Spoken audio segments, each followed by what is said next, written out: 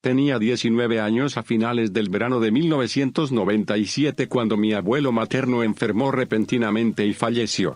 Tenía 72 años.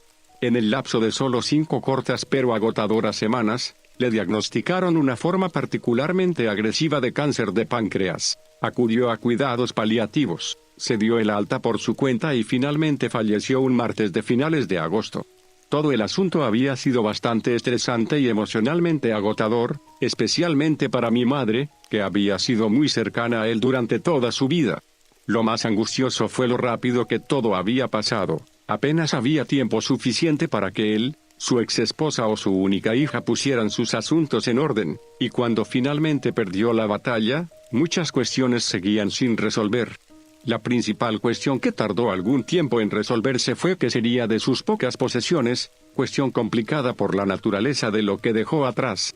Era profesor titular de antropología en la Universidad de Texas en Austin, un hombre de cierta distinción académica, como supe más tarde, que se especializaba en el estudio de las culturas nativas americanas, y dejó tras de sí un verdadero tesoro de materiales académicos y documentos históricos. No entiendo por qué nos los dejó, ya que sería mejor si estos materiales fueran donados a la universidad para que los usaran sus antiguos colegas, pero en ese momento creí que se trataba simplemente de un pequeño error de su parte. Yo mismo estaba bastante molesto por la pérdida, aunque a lo largo de los años me había alejado del lado materno de la familia. No se trataba de ningún problema personal, sino simplemente de una cuestión de distancia. Él vivía en Texas y nuestra familia vivía en los suburbios de Denver, y los años habían ofrecido pocas oportunidades para visitarlo o conocerlo. Sin embargo, estaba mucho más cerca de él en mi niñez, cuando lo visitábamos con más frecuencia, y me gusta pensar que él fue quien inspiró mi propia pasión por las ciencias humanas y sociales. En el momento de su fallecimiento, yo acababa de terminar mi primer año de universidad en la Universidad de Colorado en Boulder y me estaba preparando para comenzar mi segundo año. Mi especialidad elegida era la antropología, al igual que mi abuelo. Un avance rápido de poco más de 20 años. Yo mismo soy profesor de antropología en mi alma mater, aunque mi área de especialización son las culturas del Mississippi de la era precolombina, mientras que la suya fue el estudio de la población de pueblo en Nuevo México y Arizona. Hasta ese momento, había olvidado en gran medida la cantidad de materiales académicos que nos había dejado, ya que en su mayoría estaban acumulando polvo en el ático de mis padres, aunque a lo largo de los años se habían donado fragmentos a la universidad. No fue hasta las vacaciones, cuando estaba visitando a mis padres, que recordé algo sobre ellos y, siendo académico, se me ocurrió lo valiosos que podían ser estos preciosos artefactos históricos. Por curiosidad intelectual y buscando un posible tema de investigación para un trabajo que estaba preparando, tomé posesión de estos materiales para mi propio uso. Los documentos se guardaban en un cofre de madera grabada bastante antiguo, algunos de los cuales eran notas de investigación de mi propio abuelo, mientras que otros eran una colección de libros antiguos e informes de censos que se remontaban a la década de 1870. Pero el más intrigante del grupo era el diario encuadernado en piel, en el que estaban guardadas una serie de anotaciones escritas por mi abuelo durante su propia investigación. Fue esta revista la que despertó mi interés, aunque era una fuente más moderna que lo que implica mi área de especialización, pero de todos modos estaba interesado. El diario fue escrito por un hombre llamado Joseph Sheridan, bisabuelo de mi abuelo, y este hallazgo me entusiasmó de inmediato, aunque solo fuera por su importancia para nuestra historia familiar. Mi madre estaba muy interesada en la genealogía y de hecho mantenía un árbol genealógico bastante extenso, donde localicé a este misterioso Joseph Sheridan. Inmediatamente me sumergí en la investigación sobre este hombre, de quien descubrí que en realidad era un agente de la Agencia Nacional de Detectives Pinkerton en la década de 1880, y que en realidad era un hombre de cierto renombre. En 1880, se le atribuye la captura de Miguel Canales, un jefe de bandidos que aterrorizó el sur de Texas durante varios años antes, y en 1884, disparó y mató a un famoso asaltante y ladrón de ganado de Utah llamado Lawrence Redcove, ganando una recompensa de $150 en el proceso. Como soy un aficionado del viejo oeste, me entusiasmó mucho el hallazgo y me puse a leer su diario. Pasé la semana siguiente leyendo el diario de principio a fin y ahora que lo he completado, no estoy seguro de sentir lo mismo. De hecho, no estoy seguro de cómo me siento al leerlo. Puede que sea un cliché decir que me arrepiento, pero de una manera extraña, aunque no puedo procesar lo que está escrito en él, me alegro de saberlo, aunque siento cierto temor de que lo que escribió pueda ser verdadero. En este diario, narra la persecución de una banda de forajidos a lo largo de Nuevo México, Arizona y hasta México, que tuvo lugar a finales de 1889. Lo que sigue es algo tan extraño, tan retorcido y horrible que ni siquiera estoy seguro de creer que algo de eso sea cierto. Es muy posible que sus escritos fueran solo producto de una mente perturbada, pero al leerlos y ver su sinceridad de primera mano, no puedo imaginar por qué podría inventar algo tan extraño. Han pasado algunas semanas desde que terminé de leerlo y todavía no puedo decidir si lo creo o no, o qué podría significar.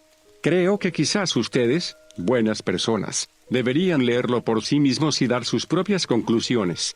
Me he tomado la libertad de transcribir el diario íntegramente para que puedas leerlo, con algunas pequeñas interjecciones aquí y allá, pero íntegramente conservado.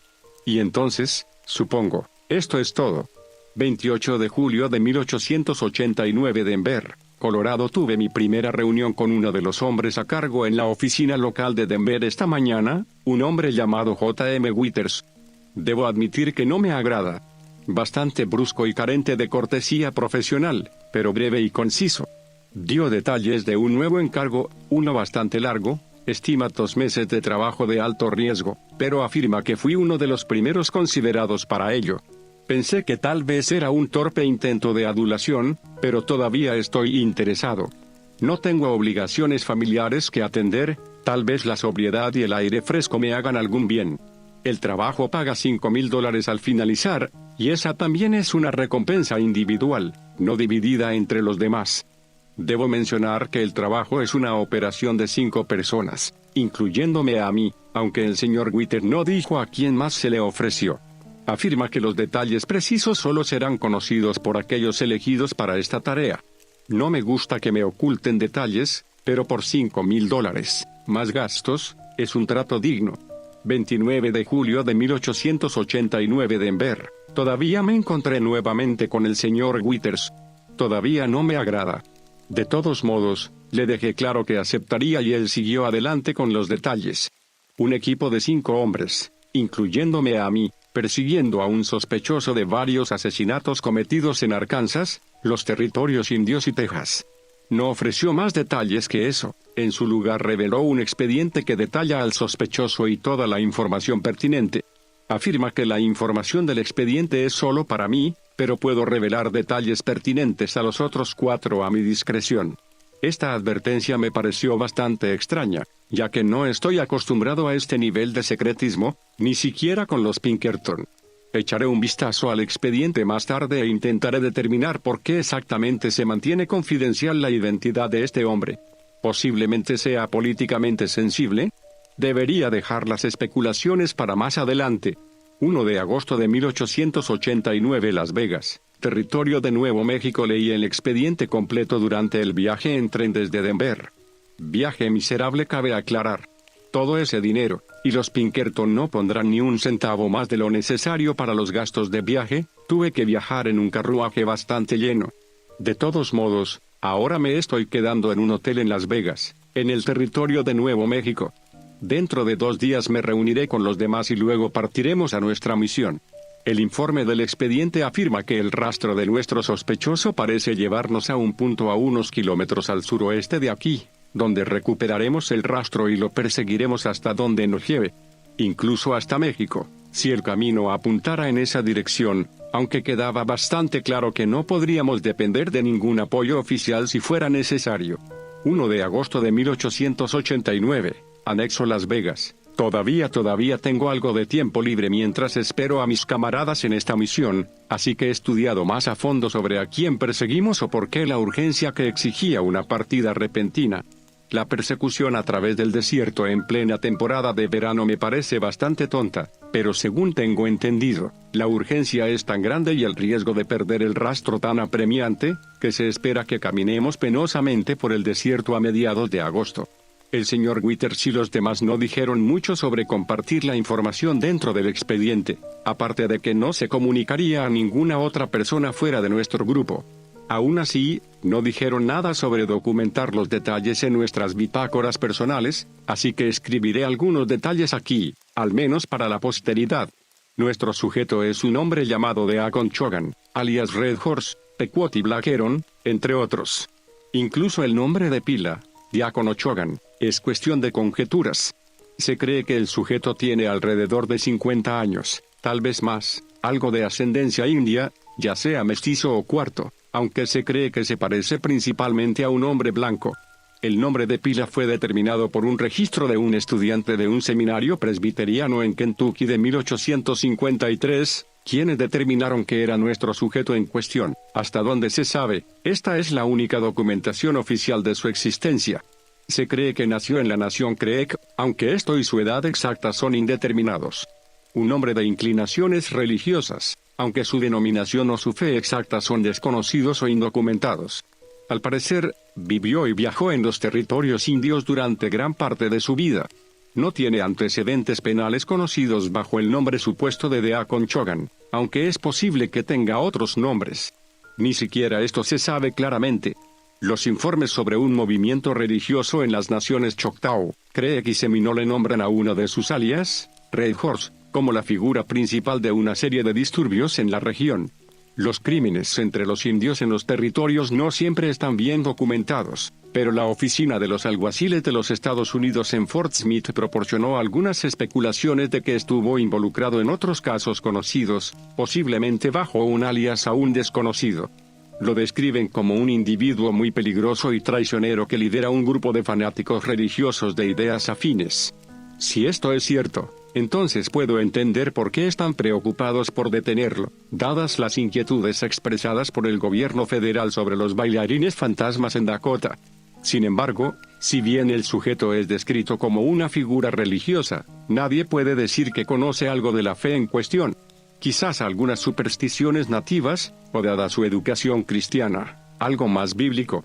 Algunas especulaciones de que podría tratarse de alguna forma de adoración al diablo, que implica sacrificios de animales e incluso humanos, o eso dicen los rumores. El sujeto era en gran parte desconocido hasta hace 8 meses, cuando fue nombrado sospechoso de varios asesinatos en Arkansas, y luego tentativamente vinculado a crímenes similares en Mississippi y tan al este como Georgia. Se cree que los asesinatos en cuestión son obra de varios individuos además de nuestro principal sospechoso. Los informes en sí son frustrantemente confusos acerca de los detalles precisos o las circunstancias de los crímenes, aunque sí revelan detalles bastante macabros. Mutilaciones grotescas, ojos arrancados, incluso alguna referencia al desollado. Otros describen símbolos extraños marcados en los restos y tótems inusuales dejados en la escena. Estos símbolos y tótems son los que llevaron a la especulación sobre la participación de los nativos, aunque ninguno de los indios que formaban parte de la fuerza investigadora pudo reconocerlos. Pero estaba claro, según los investigadores, que había algún signo de ceremonia religiosa en estos asesinatos. El número total de víctimas asciende a 19, sin incluir aquellos delitos que aún no se han relacionado de forma concluyente con nuestro sospechoso. Esas horribles muestras de violencia pusieron en duda la naturaleza de los hombres que las cometieron. Por lo poco que sabemos sobre esta figura del diácono Chogan, sabemos aún menos sobre sus supuestos compatriotas. El expediente es bastante específico en cuanto a que lo que se sabe o se cree sobre estos hombres es puramente conjetura, y entre nuestras directivas está la de intentar identificar a tantos de estos hombres como sea posible. Según rumores y suposiciones, se cree que muchos de los seguidores de nuestro sujeto son hombres blancos, muchos de ellos posiblemente de ascendencia mixta, y también algunos indios de pura sangre. También se especula que entre ellos se encuentran libertos negros. Hasta el momento, la composición racial precisa del grupo aún se desconoce en gran medida y, de hecho, no hay estimaciones precisas del tamaño de este grupo, y algunos informes especulan que la cantidad varía desde tan solo 15 hasta 100. Pero lo más notable de todo esto es que pocos de estos detalles y suposiciones tienen fuentes claramente documentadas. Los informes policiales son generalmente registros auténticos, que ofrecen cierta idea de la naturaleza de estos crímenes, pero otras declaraciones sobre la identidad de nuestro sospechoso, sus motivos y sus cómplices se hacen como testimonios definitivos sin fuentes claras. Quien haya compilado este expediente fue descuidado o no supo apreciar que cada detalle posible, incluso la fuente misma, es relevante en una investigación de este tipo. O tal vez hubo algún motivo oculto al ocultar esta información. De todos modos, he estado escribiendo durante bastante tiempo, por lo que me detendré en esto, examinaré el dossier más adelante y comunicaré mis reflexiones posteriores. 3 de agosto de 1889 Las Vegas, territorio de Nuevo México. No hay entrada para ayer, nada reseñable. Simplemente de juerga en el salón y comprando algunos arreos y suministros adicionales. Incluso compré una botella de centeno para mi propia reserva privada. No siempre puedo confiar en el agua que hay. Más importante aún, mis compañeros de armas para esta misión acaban de llegar a la ciudad hoy y nos reunimos en el salón para las presentaciones apropiadas. Además de mí, hay 4 hombres que asumirán responsabilidades específicas de nuestra empresa. El primero fue un tipo alto y corpulento con una prominente barba roja llamado R.J. Hannigan, una persona muy jocosa y agradable con un buen humor contagioso. Él será nuestro experto designado en cuestiones de supervivencia en la naturaleza, quien mantendrá nuestras reservas de provisiones, o lo poco que podamos transportar sin un carro. El segundo fue nuestro vaquero, que se ocupará de nuestros caballos y arreos, un hombre llamado Wilfred Sarpe. Es más bien lo opuesto a Hannigan, siendo muy hosco y fácilmente agitable, un hombre que inmediatamente presentó numerosas quejas y no se ofreció a estrecharle la mano. En tercer lugar está el rastreador, un tipo indio que solo se conoce con el nombre de William, en lugar de un epíteto nativo más típico. Creo que es un creco o un seminole, aunque no pregunté. Es un hombre bastante tranquilo y estoico, como suelen ser los indios, pero aún así proyecta un aire de competencia que me tranquilizó. Y por último está un compañero agente como yo, llamado Henry King. A mí también me agrada bastante y, aunque no es tan gracioso ni tan cordial como Hannigan, sigue siendo bastante agradable y escucha atentamente nuestras conversaciones. Casi de inmediato, el señor Hannigan comenzó a sermonearnos sobre tácticas de supervivencia en el escarpado desierto y, dadas mis aprensiones previas acerca de perseguir un grupo a través del desierto a mediados de agosto, estaba bastante interesado en lo que tenía que decir. Según él, las temperaturas diurnas habitualmente superarán los 100 grados Fahrenheit, aunque, como señala, la situación no es muy diferente aquí en la ciudad, aparte de que tenemos fácil acceso a suministros y refugio. Comeremos ligeros, dormiremos relativamente poco y pasaremos la mayor parte del día en la silla de montar para pasar el tiempo con el menor gasto posible de suministros y provisiones. Sarpe siguió interviniendo con sus propias preguntas y no parecía impresionado por las garantías de Hannigan, pero Hannigan mantenía su palabra. William pareció estar de acuerdo con Hannigan, o al menos no se opuso, al igual que King. Si el calor es demasiado agotador, dice, siempre podemos optar por descansar durante el día y viajar por la noche, para evitar lo peor. Admito que no sé mucho sobre la supervivencia en la naturaleza, pero me ceñiré a las recomendaciones de Hannigan. Sarpe nos ha proporcionado nuestros caballos, que de hecho fueron enviados esta mañana en el tren. Recibí una yegua estándar de cuarto de milla, en realidad una potra bastante buena, que está bastante bien entrenada. Cualesquiera que sean las molestias de Sarpe sobre nosotros, tiene una excelente habilidad con los caballos y preparó rápidamente nuestros arreos y sillas de montar.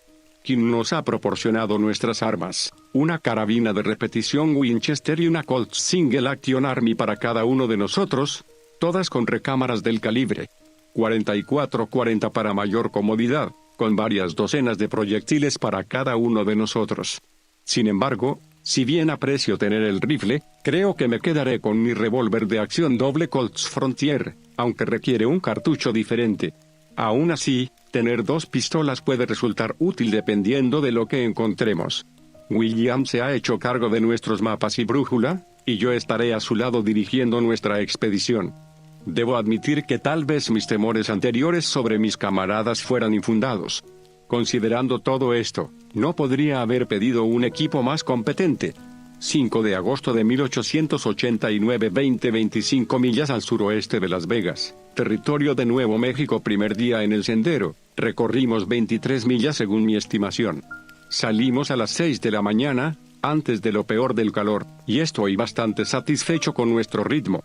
Ayer por la tarde nos reunimos para cenar. Como Hannigan aconsejó que deberíamos intentar comer una comida abundante antes de partir, ya que no tendremos la oportunidad de comer mucho durante bastante tiempo. Nos detuvimos a unas 6 millas de nuestro primer destino, donde debíamos retomar el sendero. Consideré que el grupo avanzara hasta ese punto durante el primer día, pero dadas las condiciones, decidí no hacerlo para evitar esforzarnos demasiado a nosotros mismos y a los caballos desde el principio. Creo que el ánimo está relativamente alto, ya que ahora hemos llegado a la tarea que tenemos entre manos en lugar de toda esa espera insoportable.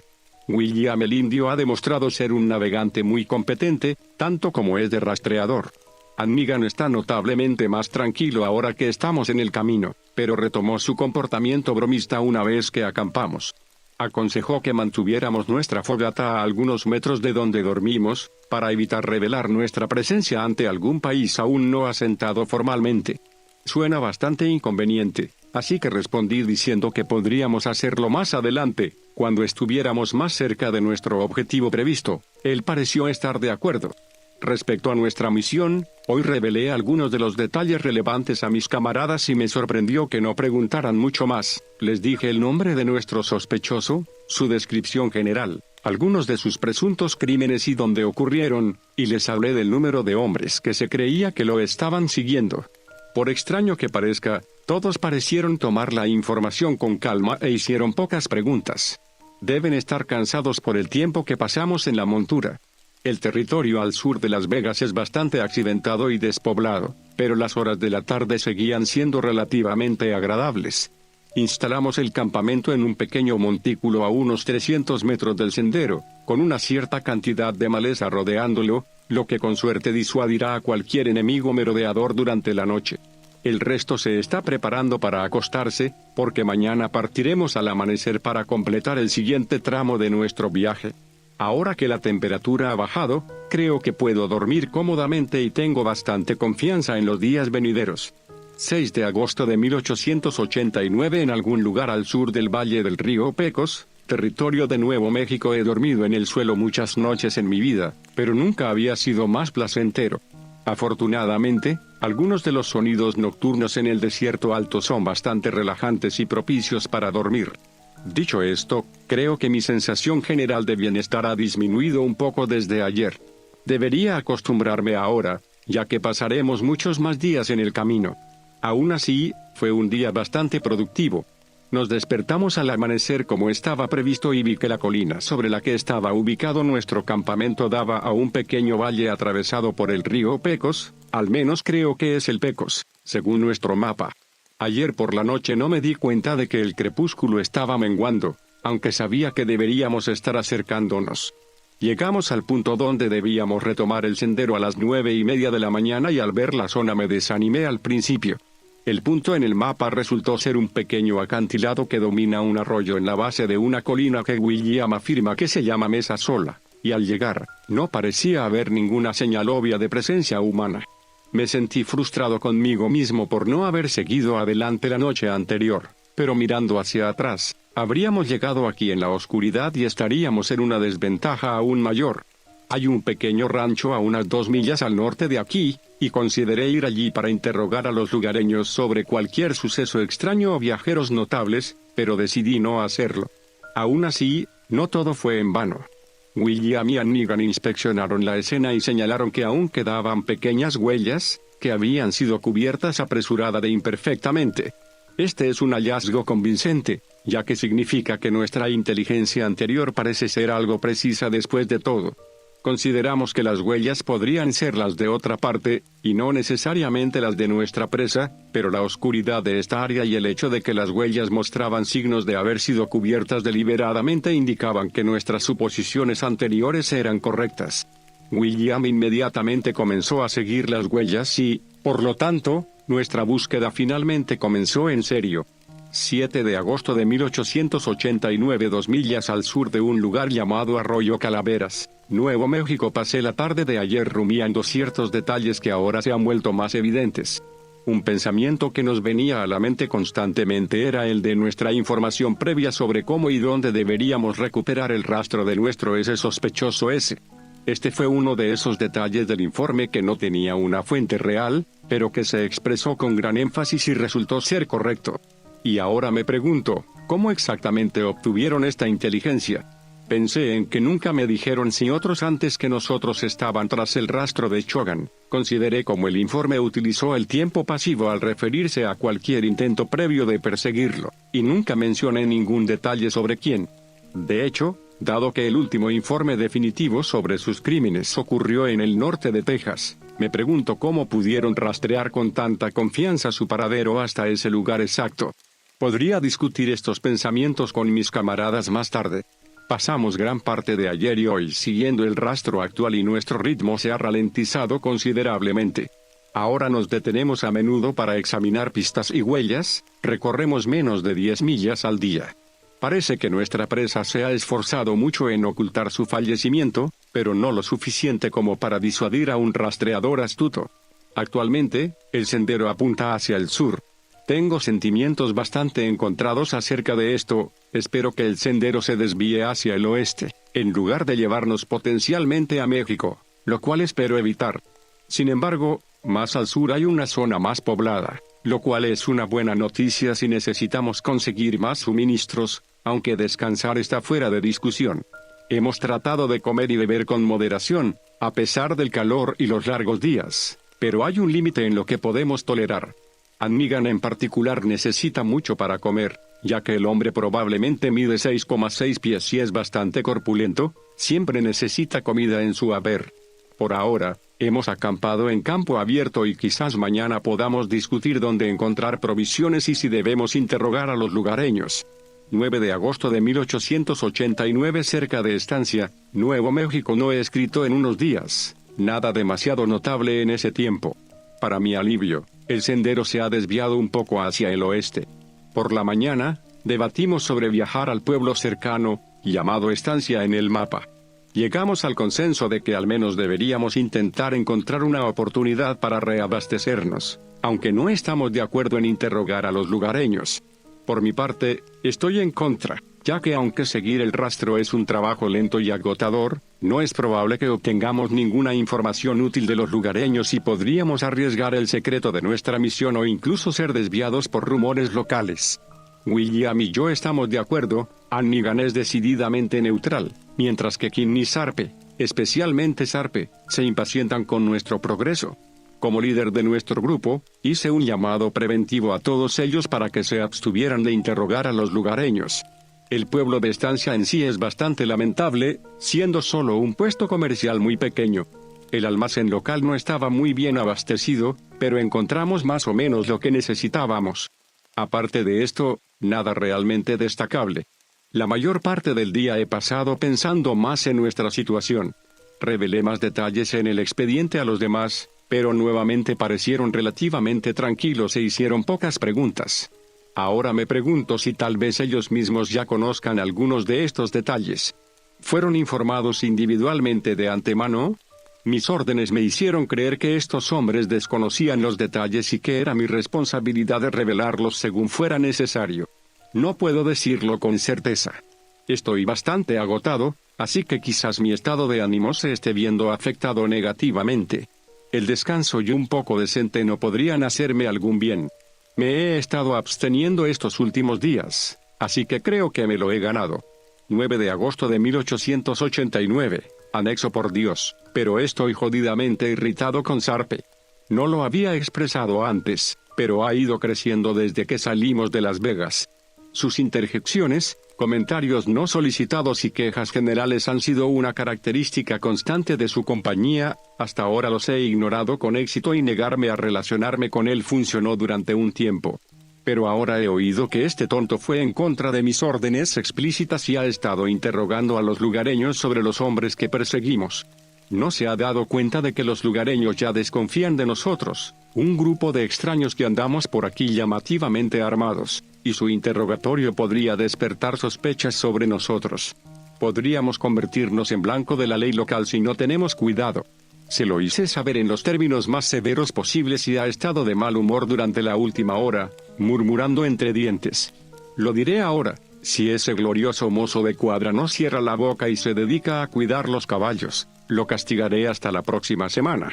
También estoy bastante molesto con Kim por no sofocar a Sharpe durante sus viajes al pueblo, pero Kim parece genuinamente arrepentido, así que evitaré enojarme con él. Eso es todo, simplemente necesitaba expresar esto antes de que estalle. 10 de agosto de 1889 cerca de Estancia, Nuevo México. Escribo esta entrada al mediodía, así que seré breve. Odio desesperadamente admitir esto, pero parece que ese tonto de Sharpe logró descubrir algo útil después de todo. Aún así, no puedo concedérselo, solo lo animaría. De todos modos, parece que los lugareños han informado sobre peculiares desconocidos en la región, además de nosotros, por supuesto, y su descripción no solo coincide con lo que se había especulado en el expediente, sino que también ocurrió bastante recientemente, dentro del marco de tiempo establecido por informes anteriores. El dueño de la tienda local mencionó a un hombre blanco que llegó 15 días antes y que estaba condecorado de manera extraña para ser un hombre blanco. Llevaba una mezcla de vestimenta americana e india, y algunas insignias con extraños tótems que eran irreconocibles, e incluso tenía algunas marcas extrañas, posiblemente tatuajes, alrededor de las sienes. Por esa época, se dijo que una joven de una granja cercana había desaparecido y seguía desaparecida en el momento de nuestro arribo. Sharpe preguntó sobre cualquier intento de encontrar a la joven, y le dijeron que la única evidencia de su paradero era una serie de rastros de sangre, que se suponía eran de ella, y que conducían hacia el oeste. Debo decir que es un hallazgo notable, pero no debo concedérselo a Sharpe. Es posible que permanezcamos en el área por un tiempo más para considerar nuestro próximo movimiento y ver si esta información coincide con el rastro que hemos estado siguiendo. 13 de agosto de 1889 en las ruinas de una misión española llamada Abo, Nuevo México. No he escrito durante unos días, pero hoy hicimos un hallazgo bastante inquietante, así que debería escribirlo ahora. Perdimos un día y medio debatiendo nuestro plan exacto basado en la información que descubrimos en Estancia, y fue ayer que finalmente retomamos el camino. Parece que mis temores de ser desviado por una inteligencia defectuosa no estaban del todo justificados, pero también debatimos si deberíamos investigar o no la historia de la mujer desaparecida, con la vana esperanza de que se descubriera alguna pista significativa. Me opuse firmemente, al igual que Sharpe. Finalmente, algo de acuerdo por su parte, aunque Kim y Megan se han mostrado más suaves e interesados en ayudar. Fue necesario insistir un poco, pero al final entendieron las cosas a mi manera. Volver al sendero fue un proceso lento, ya que nos detuvimos con frecuencia para considerar nuestras opciones para seguir el sendero sin dejar de prestar atención a la información que obtuvimos en la ciudad. Seguimos más al sur y luego un poco más hacia el oeste, cuando lo descubrimos. No teníamos expectativa de encontrar nada en ese lugar en particular, ya que solo habíamos ascendido a la colina para obtener una vista imponente del terreno y determinar un posible lugar para acampar más tarde. Y efectivamente, encontramos los restos de un campamento previo. Allí estaban, la fogata apagada hacía mucho tiempo y un cadáver decapitado sentado erguido sobre un tronco frente a ella. Simplemente se sentó allí, con las manos en las rodillas, como si escuchara atentamente a un interlocutor, con una abundante mancha de sangre derramándose desde su cuello hasta su pecho. Era el cuerpo de un hombre, completamente vestido, con algún tipo de vestimenta que parecía harapos. Pero lo más extraño e inquietante de la escena fue la absoluta falta de actividad en la zona. Era evidente que el cadáver llevaba allí varios días y su piel se había vuelto gris pizarra, pero en todo ese tiempo ningún animal había molestado en la escena. Evidentemente, ni los coyotes ni los lobos lo habían asolado, ningún buitre sobrevolaba el lugar, ningún insecto exploraba el lugar, ni siquiera había moscas posándose sobre el cadáver. Este hallazgo silenció a nuestro grupo por un tiempo, y solo William salió de su asombro y avanzó para inspeccionar la escena. De hecho, se puso un poco de sangre del muñón en el dedo y la olió, como si tuviera un olor distintivo. Fue entonces cuando William destacó la anormal serenidad de la escena. Nadie habló durante un tiempo, pero cuando se rompió el hechizo, nos preguntamos abiertamente qué haríamos a continuación. William no detectó ninguna pista de un rastro en el lugar y, de hecho, nunca encontramos la cabeza. Buscamos por toda la escena pero no encontramos nada. Kim preguntó si deberíamos denunciar el evidente crimen lo antes posible, e incluso abordó la idea de regresar a Estancia.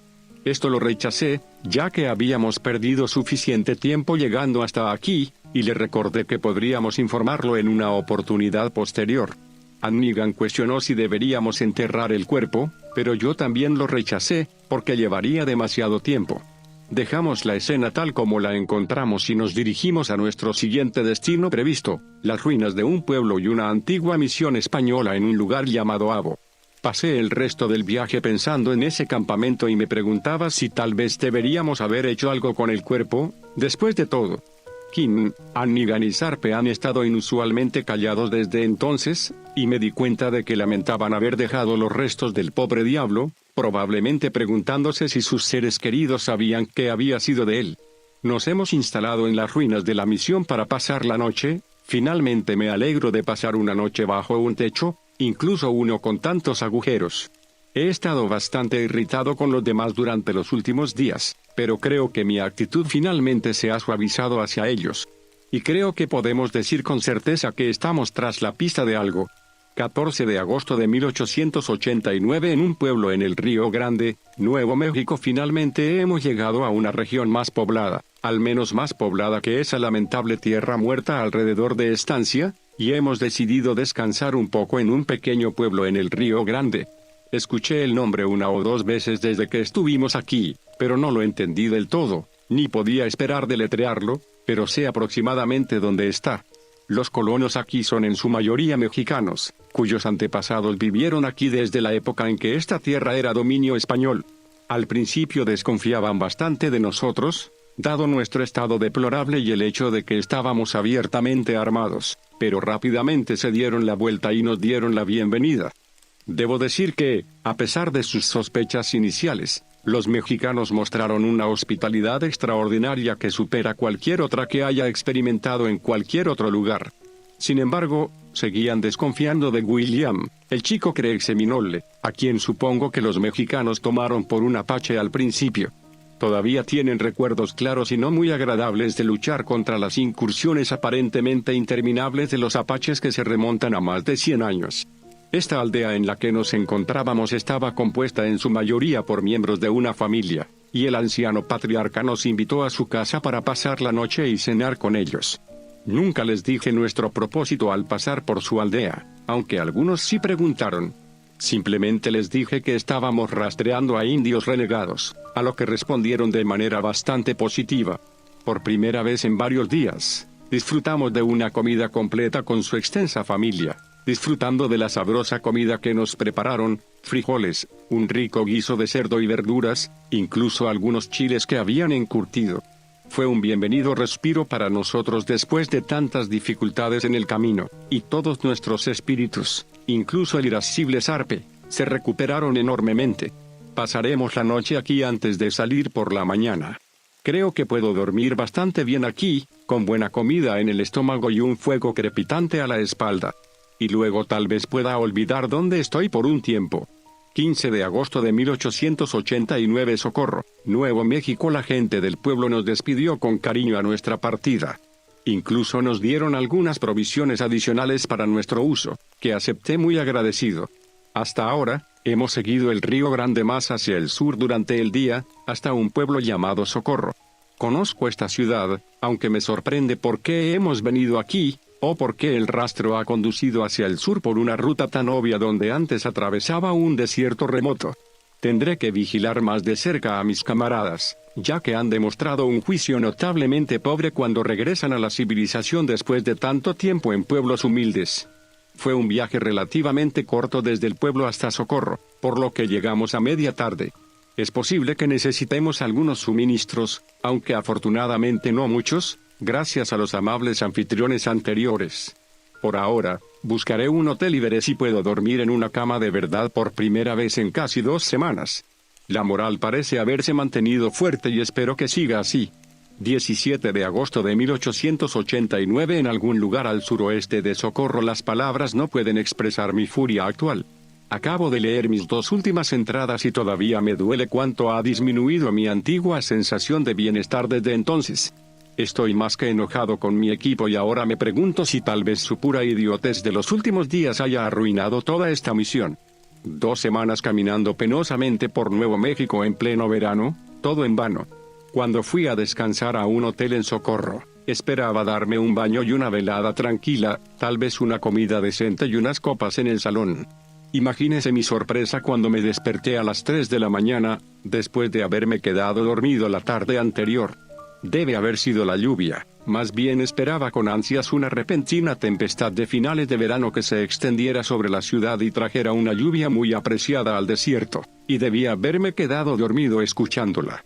En cambio, me despierto con gritos, disparos y alaridos en la calle, preguntándome qué estaba pasando. Me quedé dentro, mirando cautelosamente por la ventana, pistola en mano, cuando vi el origen del alboroto. Era mi equipo, los 4, cargando calle arriba y calle abajo, aullando como indios, disparando sus armas al aire y a las ventanas cercanas, con botellas en mano. Corrí lo antes posible y los abordé, preguntándome qué diablos estaban haciendo. Tuve que obligar a ese idiota de Sarpe a quedarse quieto y escucharme, e incluso apunté con mi arma a Negan y King, y aparentemente William no estaba por ningún lado. El resto lo descubrí interrogando a estos malditos tontos después de que nos retiramos apresuradamente después de un enfrentamiento con el agente local. Pido a Dios que estos idiotas no hayan hecho daño a nadie, porque no nos quedamos a ver las consecuencias de sus actos.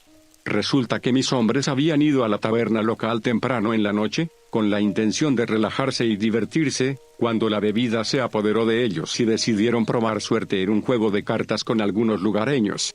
Borrachos como estaban, su incursión salió mal y se produjo algún tipo de pelea, después de lo cual salieron a las calles, divirtiéndose con disparos salvajes y juerga violenta entre tanto caos. Saben con certeza que golpearon brutalmente a un hombre en el salón y agredieron a varios otros, y King admitió que golpeó a un agente de la ley en la cara con la culata de su pistola al salir. Nos encontramos con William en las afueras de la ciudad, y aparentemente había escapado de la pelea huyendo por los tejados, en posesión de varias botellas de whisky. Me enojé tanto cuando vi esas botellas que lo amenacé con dispararle si no arrojaba todas y cada una de ellas al río. Les di un azote verbal tan feroz como pude, pero aún en su estado relativamente de borrachera, no puedo decir cuánto llegaron a comprender. Pero pude verlos volver a sus sentidos a media mañana. Con suerte, contar los escabrosos detalles de su escapada los hizo avergonzarse lo suficiente como para considerar su comportamiento. Maldita sea, no soy director de escuela, no debería tener que hacer algo como esto. Seguramente tendremos a la ley local buscándonos, por lo que por el momento nos dirigiremos hacia el sur hasta donde llega el sendero y luego nos desviaremos hacia el oeste. Por supuesto, esto suponiendo que nuestra misión no ha fracasado gracias a su llamativo comportamiento. 20 de agosto de 1889, montaña desconocida al oeste de Socorro, Nuevo México. De nuevo, hace algunos días que no escribo. Parece que no tiene sentido en este momento, pero supongo que aún es necesario registrar nuestro progreso, o la falta del mismo. Después de nuestra retirada de Socorro, nos dirigimos al sur por un breve período, y luego al oeste y subimos a las bases de una montaña justo al oeste de Socorro. Estamos solo a unos pocos kilómetros de la ciudad, pero aquí estamos relativamente aislados. Una vez más, nuestra moral está bastante baja, como lo ha estado hasta ahora.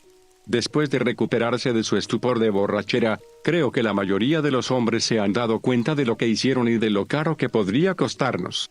Ahora, aunque tengo confianza en disciplinarlos, desearía no haberlos regañado como a niños. Después de todo, estos son en su mayoría hombres adultos y racionales, y mi enojo ha disminuido en gran medida. Quien se ha arrepentido abiertamente de sus acciones, al igual que Negan, aunque se siente más avergonzado y humillado que genuinamente triste. Sarpe, como siempre, no se arrepiente y parece concebir su comportamiento como una especie de rebelión contra nuestra situación y no contra alguien en particular. Espero que ese tonto no me obligue a hacer algo precipitado para ponerlo de nuevo en orden. Supongo que su imprudente rebelión nació de un deseo insaciable por algo de diversión después de tanto tiempo en nuestra cruzada, aunque King habló conmigo hoy sugiriendo lo contrario. Me resistía a la idea de que su comportamiento fuera producto de cualquier cosa que no fuera una irresponsabilidad general, pero la historia de King, si lo creo, me ha hecho verlo de otra manera. El tiempo en el camino fue agotador, dijo, y de hecho estaban desesperados por relajarse y olvidar sus problemas, pero por otras razones. Dice que él y otros están afectados por un temor creciente, un miedo que ha ido incrementando durante todas estas semanas mientras perseguíamos a nuestro hombre. Era un miedo extraño, casi inexplicable, cuyo origen no estaba claro. Y este intenso temor había sido compartido entre ellos todo este tiempo, creciendo vertiginosamente, especialmente en momentos en que los suministros eran escasos y los días largos. Incluso el siempre estoico William se sintió afectado por este miedo, aunque hizo un buen trabajo ocultándolo. Le pregunté si era miedo a lo que estábamos haciendo, a nuestra misión y a los hombres que buscábamos. Dice que al principio no pudo identificar la fuente del miedo, que los primeros días de nuestra expedición fueron relativamente benignos. Lo que cambió fue lo que encontramos en el campamento cerca de Abo. La visión de ese cadáver sin cabeza sentado erguido en la quietud antinatural que lo rodeaba consolidó su miedo y también perturbó gravemente a los demás. Lo admito, sentí un sentimiento similar después de ese momento, aunque descarté la escena como una atrocidad salvaje pero sin sentido. Ese miedo, dijo King, los motivó a buscar escape donde quiera que pudieran, como si su excesiva borrachera fuera similar a una especie de última comida. Todo esto me pareció muy raro, pero extrañamente esclarecedor. Ahora solo me pregunto si será cierto. Ahora veo que nunca interactué estrechamente con los demás, nunca charlé con ellos, así que tal vez no sea una sorpresa que sus temores privados nunca fueran evidentes para mí. 1 o 2 días más y creo que podemos descartar con seguridad cualquier tipo de persecución contra nosotros por parte de las autoridades de socorro. Estuvimos en la ciudad solo unas pocas horas, por lo que es muy posible que nadie allí pudiera identificarnos de manera concluyente. Solo espero que el rastro de nuestro sospechoso no se haya perdido mientras tanto. Cualesquiera que sean sus miedos, cualesquiera que sean nuestros miedos, habiendo llegado tan lejos, superarlos es lo único que tiene sentido. 24 de agosto de 1889, aproximadamente 40 millas al noroeste de las Cruces. La moral sigue siendo bastante baja. Esperaba una mejora después de que salimos de nuestro escondite hace 3 días, aunque tristemente fue en vano. Hemos mantenido un ritmo bastante rápido los últimos días, recorriendo más de 80 millas en ese tiempo. Ha sido necesario un poco de motivación para lograr que estos hombres aceptaran ese ritmo, aunque ahora que sé la fuente de su mal humor soy un poco más comprensivo. Sarpe se queja como siempre, pero no ha cambiado mucho, lo que en realidad es un alivio. Los demás son más preocupantes, particularmente Annigan, quien prácticamente ha abandonado su comportamiento jocoso. El rastro continúa hacia el sur, aunque se ha desviado algunos tramos del Río Grande. Con los ánimos tan deprimidos y muchos suministros escaseando, pensé mejor en preguntarles qué sabían de nuestra misión y situación. Quizás sea simplemente una sospecha excesiva por mi parte, pero la pregunta persiste, y ahora me pregunto si saber a qué nos enfrentamos es la fuente de su miedo. Incluso está empezando a afectarme, aunque sobre todo me siento abatido por nuestra aparente falta de progreso. Podría dejar de escribir en mi diario por un tiempo. Cualquier alivio que sentía al expresarme por escrito prácticamente ha desaparecido. 28 de agosto de 1889, ubicación precisa desconocida. En algún lugar del territorio de Arizona, cerca de la frontera, he estado orando estos últimos 4 días por una señal definitiva, cualquier señal, más rastro de los hombres que perseguimos, cualquier huella o rastro que William y Annigan puedan extraer en la tierra y el barro a lo largo de este terrible desierto. Y hoy finalmente obtuvimos una. Dios tenga piedad, por mis pecados, obtuve lo que pedí. Otro día aburrido en el camino, acercándonos a Arizona, pensé que la monotonía me estaba afectando, ese tipo de aburrimiento horrible y cáustico que recuerdo de mis días en la caballería, esperando que estallara una batalla, temiendo a los valientes Sioux esperando alrededor de cada roca y árbol en las llanuras. Estoy divagando. Justo dadas las 3 divisamos en el horizonte a unos hombres, 2 de ellos, que al principio parecían alejarse de nosotros. Pero a medida que continuábamos adelante, parecía que se dirigían en la misma dirección, pero esperaban periódicamente a que acortáramos la distancia y luego se movían nuevamente por un corto tiempo. Casi parecía como si estuvieran esperándonos una emboscada, o atrayéndonos a una emboscada. Bandidos, renegados, lo que fueran, no me importaba. Era algo, después de tanta nada. Es estúpido estar tan dispuesto a caer en una aparente emboscada, pero lo hicimos. Mis compañeros debieron sentir lo mismo, porque me siguieron sin dudarlo. Los alcanzamos después de aproximadamente 1 hora. No eran para nada lo que esperaba, lo poco que esperaba. Estos hombres tenían miedo, incluso diría que se veían aterrorizados ante nosotros. Estaban demacrados y pálidos, vestidos con pieles de animales como cavernícolas y con el pelo afeitado. Y vi esas cicatrices a los lados de sus cabezas, cicatrices feas y desiguales que todavía eran de un rojo brillante. A uno de ellos le faltaba una oreja. Estaban ciertamente aterrados de nosotros cuando los alcanzamos, tan asustados que apenas podían moverse. No estaban visiblemente armados. Antes de que pudiéramos preguntarles algo, uno de ellos, histérico, exigió saber quiénes somos, y el otro intervino diciendo que estábamos con ellos, quienquiera que fueran. No había forma de calmarlos. Apenas pudimos pronunciar una palabra entre sus preguntas histéricas. El que preguntaba empezó a hacerlo más rápido, más fuerte, más estridente, y ni siquiera nuestros gritos de respuesta lograban hacernos entender. Antes de que supiera lo que había sucedido, el otro había sacado una gran pistola de chispa de la nada y nos había disparado. Los tiroteos son así. Empiezan y terminan muy rápido. En un segundo, sacamos nuestras pistolas y les disparamos a ambos. Vaciamos nuestros revólveres y simplemente los acribillamos, y cuando el humo se disipó, ambos quedaron tirados en el suelo, uno con el cráneo destrozado por una bala y el otro soltando un fuerte y áspero estertor. Saltamos de nuestros caballos e inmediatamente verificamos que estuvieran muertos. Todo el incidente transcurrió en el transcurso de 45 segundos como máximo y todavía apenas podíamos creer lo que acababa de suceder. Ambos hombres estaban tan muertos como una piedra, lo vimos claramente. Pasaron 1 o 2 minutos antes de que nos diésemos cuenta de que uno de sus disparos había alcanzado a King. Le dispararon en la cadera y lo derribaron del caballo, y sus gemidos pasaron desapercibidos durante varios segundos mientras procesaba lo sucedido. Sarpe fue el primero en salir de su asombro y fue a ver a King. Por mucho que odio a Sarpe, tiene una versatilidad que nunca sospeché.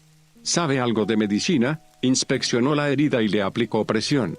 Para entonces, habíamos dado la vuelta e hicimos lo que pudimos para ayudar a Sarpe. La herida es bastante grave, dice, y la bala probablemente alcanzó el hueso y lo rompió. Después de casi un mes siguiendo un rastro interminable, persiguiendo a un peligroso criminal, y ahora, en cuestión de segundos, uno de nuestros compañeros ha sido perdido. Kim no está muerto y no morirá pronto, pero estamos lejos de cualquier lugar civilizado y el hombre puede perder la pierna por esta grave herida. Tenemos pocos suministros médicos, muchos de los cuales son para caballos, no para hombres. Pero Kim ha puesto cara de valiente. Siempre me agradó bastante y ahora tengo que admirar la forma varonil con la que soporta el dolor, una fuerza superior a su edad. Insiste en que sigamos adelante, aunque le decimos que podemos regresar y llevarlo a algún lugar donde lo traten, al menos se lo ha ganado. Él insiste y dice que podemos llevarlo a algún lugar del camino, pero que no quiere estorbarnos. En secreto, me alivia que insista en seguir adelante, porque es todo lo que podemos hacer, a pesar de todo, y a pesar de nuestra sombría situación, tenemos una pista como no hemos visto en semanas. Los hombres asesinados llevan extrañas marcas en la cabeza, tienen extraños tótems tallados en la espalda, pieles de animales, esas extrañas mutilaciones en el cuero cabelludo. No puede ser otra cosa. Han estado relacionados con nuestro hombre, de Akon Chogan, Red Horse, Pequotto Black Heron, o como lo llamen. Durante semanas ni siquiera parecía existir. Todo lo que ha sido son débiles marcas en el polvo y la tierra, un cadáver sin cabeza alrededor de una fogata, un camino hacia ninguna parte regado con rastros de sangre. Y ahora él es real. No me estoy riendo. Siento indeleblemente en mis entrañas que algo está sucediendo. Recé por una señal cuando pensé que moriría en el polvo por nada. Dios puede testificarme, tengo una. Y que Dios tenga piedad de mí, puede costarle la vida al joven Henry King. 29 de agosto de 1889 cerca del límite territorial de Arizona y Nuevo México. Estoy escribiendo esto por la mañana. Me ha llevado casi 1 hora aceptar lo que acaba de pasar. Antes estaba mintiendo. Creo que ahora podría estar riendo a carcajadas. Sarpe lleva ya 1 hora despotricando y delirando. Hannigan simplemente parece enfermo. No mira a nadie a los ojos ni responde. Sarpe le ha estado gritando intermitentemente todo este tiempo, y William simplemente está mirando hacia el oeste a nada en particular. Instalamos el campamento y nos acostamos a pasar la noche no lejos de donde le dispararon a Kim. Pensamos que debería descansar después de lo sucedido, para prepararse para un largo viaje por delante con terrible dolor en su cadera derecha. Nunca pensé que podría dormir con todo lo que estaba pasando, pero en algún momento de la noche, mientras miraba fijamente las estrellas, me desvanecí.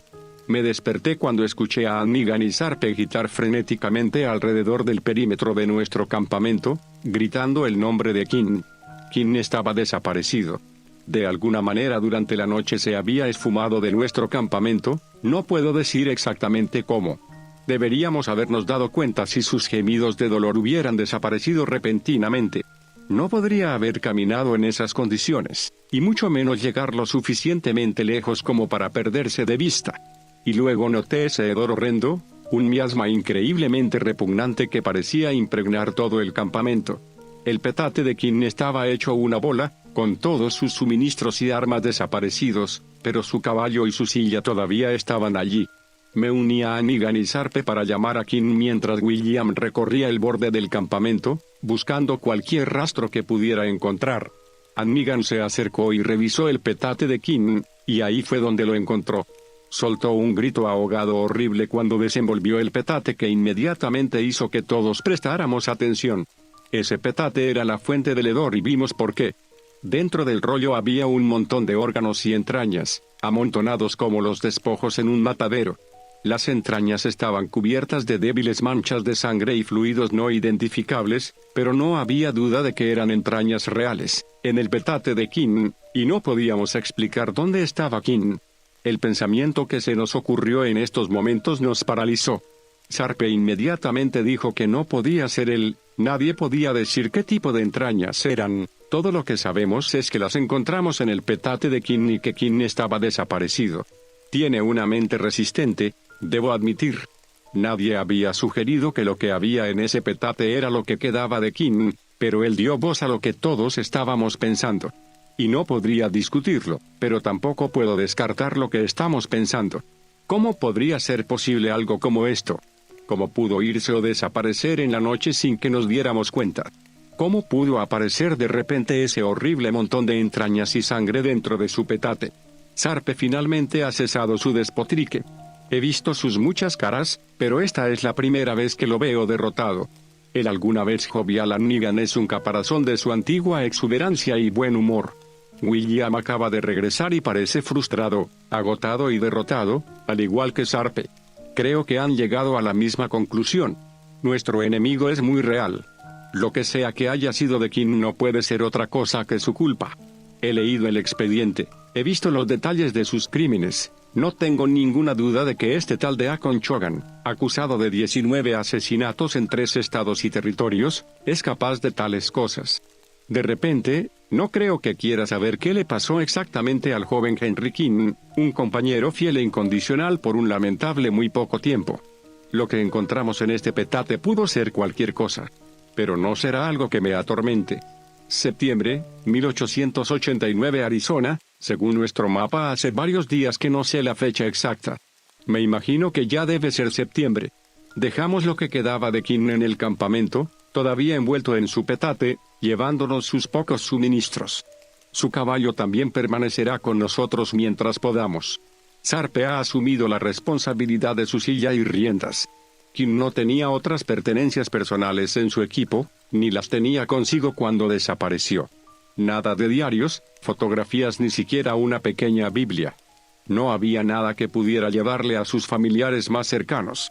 Suponiendo que alguna vez notifique a sus familiares más cercanos, no estoy seguro de poder decir la verdad sobre lo que fue de él, o lo que suponemos que le pasó. Desde entonces hemos cabalgado todos los días, parando raramente y manteniendo un ritmo rápido.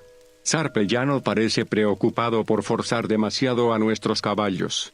Supongo que a esta altura ya debemos estar dentro del territorio de Arizona, y ahora nos dirigimos hacia el sur una vez más. Si el camino nos conduce hasta el mismo México, no dudaré. Mi deseo de llevar esto a cabo ha anulado mis débiles preocupaciones sobre hacerlo o no. Las noches han ido empeorando. Todas las noches, sin falta, los caballos se agitarán muchísimo y Sharpe pasará más de una hora tratando de calmarlos y evitar que se escapen. Hannigan finalmente ha salido de lo peor de su desdicha, pero su estado de ánimo ha estado cambiando violentamente, y jura a ciegas que durante la noche puede escuchar sonidos extraños, como el llamado de animales salvajes en la distancia, pero como ninguno que haya escuchado antes. Yo nunca los he escuchado, pero en mi estado apenas puedo concentrarme en nada, y mucho menos notar algo más allá del perímetro de nuestro campamento. Mi reserva privada de whisky finalmente se acabó. Me pregunto cómo voy a poder dormir ahora. Hemos estado dejando nuestra fogata encendida durante toda la noche, a pesar de los riesgos. Ninguno de nosotros puede soportar la idea de pasar otra noche en la oscuridad. 4 o 5 de septiembre de 1889 cerca de la frontera mexicana. Por Dios, escuché esos sonidos sobre los que Hannigan nos ha estado advirtiendo. Los escuché por la noche viniendo del sur, directamente en el camino hacia el que nos dirigimos. Y como dijo Hannigan, estos no fueron ningún tipo de llamado de animal que haya escuchado alguna vez, en este país o en cualquier otro que haya visitado. Casi parecía que los ruidos procedían del cielo mismo, más que de algún punto distante en el horizonte. Fue como un aullido profundo y vacilante, casi como el de un animal herido, y a pesar de su volumen tan débil, resonó claramente a lo largo de las llanuras. Sharpe afirma que no los escuchó, pero vi a todos en el campamento quedarse quietos cuando esos ecos se apagaron. Los ha oído, no tengo ninguna duda. Nos estamos acercando, estoy seguro. Pero ahora me pregunto si no son ellos, sino nosotros, los que estamos siendo seguidos o atraídos hacia donde nos lleva nuestro rastro. Me pregunto cuánto tiempo nos han seguido, tal vez desde la misión de Abo, o incluso antes, cuando descubrimos un cadáver en el campamento cercano a allí. O desde Estancia, donde interrogamos a los lugareños, o tal vez incluso desde el principio. Hannigan se está riendo a carcajadas. William apenas ha dicho una palabra durante días y, a pesar de las frecuentes negativas de Sharpe, sé que él también se está desgastando. Ya he guardado silencio bastante tiempo. En poco tiempo, los confrontaré sobre lo que saben y lo que no saben. Yo también estoy empezando a reírme, pero no hay razón para que mis camaradas estén tan desamparados a menos que sepan algo que yo no sé. Quizás mañana, después de otra noche de sonidos y amenazas lejanas, finalmente se acercaran a mí. 6 de septiembre de 1889 frontera mexicana. Sabía que había algo en esa colina. Nuestro campamento la noche anterior estaba ubicado en una depresión entre dos colinas, una sin vegetación y la otra con una pequeña arboleda de álamos rodeada de altos matorrales en sus laderas. Vi ese hueco en la espesura, como la entrada de una cueva, pero rodeado de gobernadora y ramas bajas colgando. Al principio no le presté atención. Durante toda la noche estuve paralizado por esa brecha. Tal vez había un manantial conveniente para dar agua a los animales, o un lugar para establecer un campamento apartado, pero esa no fue la razón por la que lo noté. Esta mañana, hace solo unos minutos, finalmente me armé de valor para investigarlo, y encontré algo tan terrible que cualquier duda que hubiera tenido sobre nuestra tarea se ha disipado. Entré en ese claro rodeado de espesura con varios metros de profundidad, y cuando me di cuenta salía un pequeño claro eclipsado por aquellos álamos. Suspendido de aquellas ramas bajas había un enorme tótem, de unos 2 metros de ancho, que colgaba varios metros sobre el claro. Y estaba hecho de huesos de animales, tal vez también algunos huesos humanos, todos dispuestos como radios de una rueda, con plumas y pieles de animales. Alrededor de su borde había miembros momificados, tanto animales como humanos, con una cabeza de cabra igualmente momificada en su cresta y una hilera de cráneos humanos secos colgando desde la parte inferior. Pero esas pieles de animales eran las peores, estaban frescas, algunas incluso todavía goteaban sangre. No puede haber estado aquí más de un día o 2. El mensaje es inconfundible. Definitivamente nos estamos acercando. Si nos estamos acercando a ellos o si ellos se están acercando a nosotros, pronto lo sabremos. 6 de septiembre, anexo misma ubicación. Finalmente confronté a estos tontos sobre lo que habían estado ocultando todo este tiempo y, a pesar de cierta resistencia inicial, finalmente lo revelaron. Tenía razón antes. De hecho, se les informó individualmente sobre lo que estaba sucediendo. Cada uno tenía una copia del mismo expediente que me entregaron, con sutiles modificaciones en detalles específicos. A cada uno se le dijo que eran los únicos poseedores de la información y que los demás no la sabrían y que solo se les podía informar con moderación. Pero lo descubrieron por sí mismos cuando compartí libremente los detalles que me dieron, en contra de las órdenes. ¿Por qué la agencia habría hecho esto? ¿Esperan que ninguno de nosotros regrese? ¿Es eso lo que realmente esperan? Es la única razón que se me ocurre. Cada hombre cree que solo él sabe lo que está pasando, y cuando los demás se pierden o mueren, él se convierte en el único testigo de lo sucedido. Pero, ¿por qué decírnoslo en primer lugar? No, he respondido mi propia pregunta. Si no hubiera sabido lo que estaba pasando, habría abandonado esta misión en Nuevo México. Tenemos suficiente información y razones para seguir adelante, y cuando cada hombre crea que solo él conoce la historia completa, tendrán aún más razones para volverse unos contra otros o dejar que los demás mueran. Quieren el menor número posible de testigos de esta operación. Esto es solo una conjetura, pero es la única razón que se me ocurre. A partir de ahora vigilaré mucho más de cerca a estos hombres. El secreto ha salido a la luz. No permitiré que se vuelvan contra mí o que se vayan. Ellos se verán a través de todo esto, yo me aseguraré de que lo hagan. Ese miedo persistente e innombrable del que me habló King en socorro ahora lo tengo claro. Pero no nos vencerá.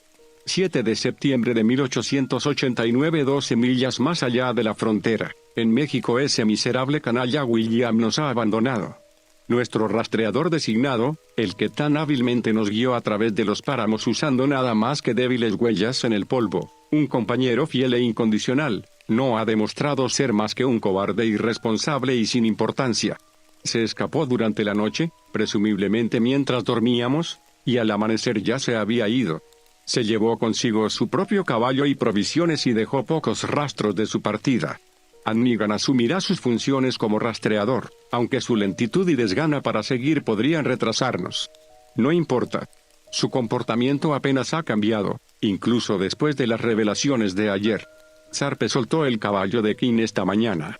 Las provisiones de King hacía tiempo que se agotaron y el caballo extra ya no nos servía. Incluso abordó la idea de que deberíamos soltar todos los caballos y continuar a pie. Cuando lleguemos a donde nos dirigimos, ya no los utilizaremos. No puedo decir que no esté de acuerdo, pero seguiremos adelante antes de hacerlo. Y dependiendo de lo que nos encontremos, puede que no sea necesario un viaje de vuelta. 10 de septiembre de 1889, el Bosque de las Pieles, en la Sierra Madre. Ayer soltamos los caballos cuando llegamos a los pies de las montañas. Se quedaron allí un minuto y luego huyeron bruscamente. Desde entonces, nos hemos adentrado más en las montañas. A menos de 100 metros entre los árboles, encontramos las primeras señales definitivas de los hombres que estamos siguiendo. Pieles de animales clavadas en árboles, tótems de palos y huesos. Y al borde de un arroyo, vimos la clara señal que estábamos esperando, un símbolo, pintado en una pared de roca, de un hombre con muchos brazos y piernas, y una cabeza pintada completamente de negro, con estrechas hendiduras blancas para ojos. Era como un guardián, porque más allá estaba lo que hemos llamado el Bosque de las Pieles. Docenas, incluso cientos de pieles, de animales y tal vez incluso de humanos, pegadas a los árboles, tendidas sobre ramas. Pieles de animales de diferentes especies cosidas entre sí en formas horribles. Todos los árboles a la vista están cubiertos de ellas, y algunas son tan frescas que gotean sangre desde arriba, como una ligera llovizna. Creo que puedo ver antorchas a lo lejos, en lo más profundo del bosque. Hemos llegado. Lo sé. Hannigan está al borde de la histeria. Sarpe se está preparando. Todo lo que tenemos por delante es nuestro enemigo. He estado tan preocupado por llegar hasta aquí que ni siquiera he pensado en cómo deberíamos capturar a nuestra presa, si viva o muerta. Pero ya lo resolveremos. Estamos en el fin y nuestro fin se hará evidente. El tal de Akon Chogan, alias Red Horse, alias Pequod, alias Black Heron, finalmente está en nuestra puerta. Punto.